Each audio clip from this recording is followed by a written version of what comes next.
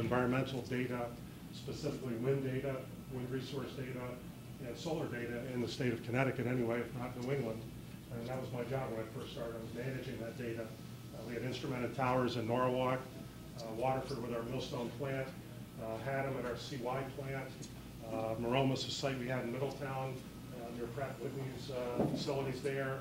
We had an instrumented tower in Holyoke, Mass, at Mount Tom, the power plant there along 91 as you head north, up in Montague, Massachusetts, and Northfield. So we had a series of towers, 500 foot, some of them, 150 foot at some of the fossil plants, but they were instrumented at multiple levels. We had very good wind data, and I was sharing that with a lot of the early interests in developing wind power back in the mid-70s. So the energy business has come a long ways. You know, as Bob was indicating with hydro, we've been around for a long, long time. Since deregulation in 2000, we've gotten out of the generation business. We sold it to ourselves at first there, and Bob went with the Select Energy Group. And then a few years ago, we outright sold from our unregulated subsidiary all of our generating assets. So we are now purely a poles and wires company, T&D, and I'll be talking about both of those aspects of the business. Next slide there, Doug. Thought I'd start out with, this is from the forecast of loads and resource report from last year. There's a new table for 2008. This shows 2007, but it gives you a good feel. I don't think things changed much from 07 to 08. But these are the sources of generation across New England, not just Connecticut, but in the 6 New England states. And you can see natural gas is over a third of the energy production, the electric production in New England. Nuclear is still a significant portion, not growing, and every year that number gets smaller and smaller as the load increases. In nuclear, there are no new plants on the drawing board, continues to decrease. But here in Connecticut, we at one time were well over 50% nuclear capacity. So we were one of the leading states in the country in that aspect. Coal in New England, again, not much in Connecticut, but in New England about 15%. And if you look at that nationally, across the country, we're 50% coal, so very different picture here in New England. We pulled back from the coal technologies, converted a lot of coal burning stations to oil as a result of the first Clean Air Act in 1972. Renewables, though, is a growing portion here, and the definition down at the bottom is the definition here in the state of Connecticut, which includes fuel cells. You know, Bob talked about new hydro versus the older hydro units, and they get classified differently there. But this is where we are, and the goal for the state, as I think adopted by the legislature, is to get 20% of our electricity production, at least 20% by the year 2020.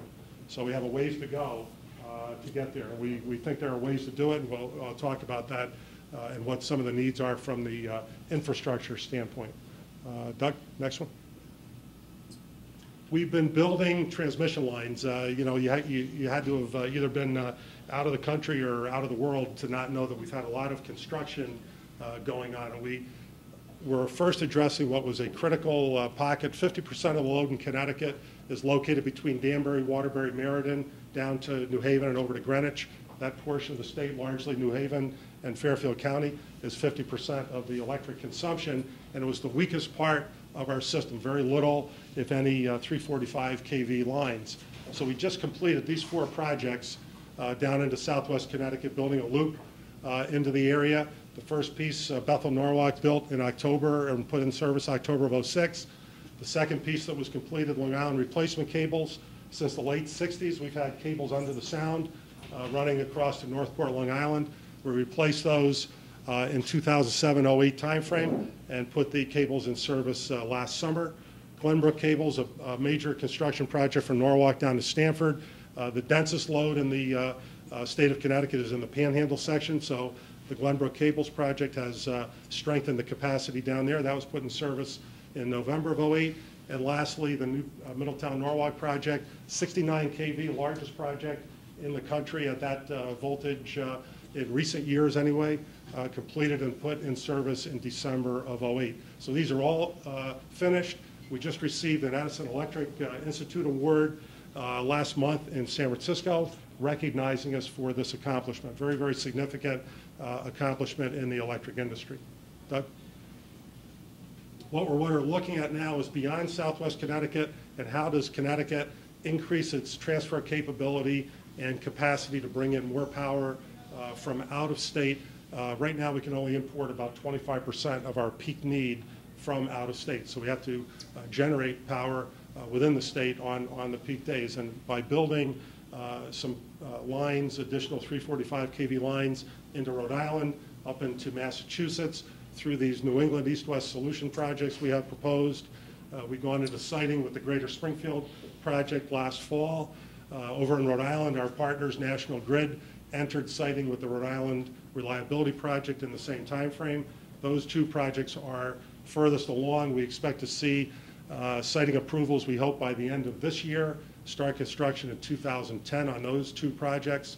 The Interstate Reliability Project from Millbury, Mass. Down to West Farnham, and then across the state border down to Lebanon to our Card Street substation. That one won't go into siting until the latter half of this year.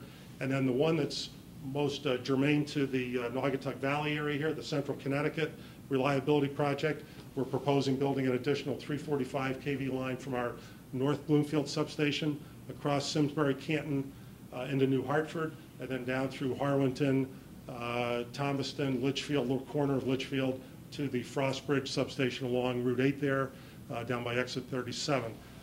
These four projects, again, will now take us and double our import capability from out of state, and I think pave the way for bringing renewables from northern New England and Canada into Connecticut in time for that 2020 goal. Next slide.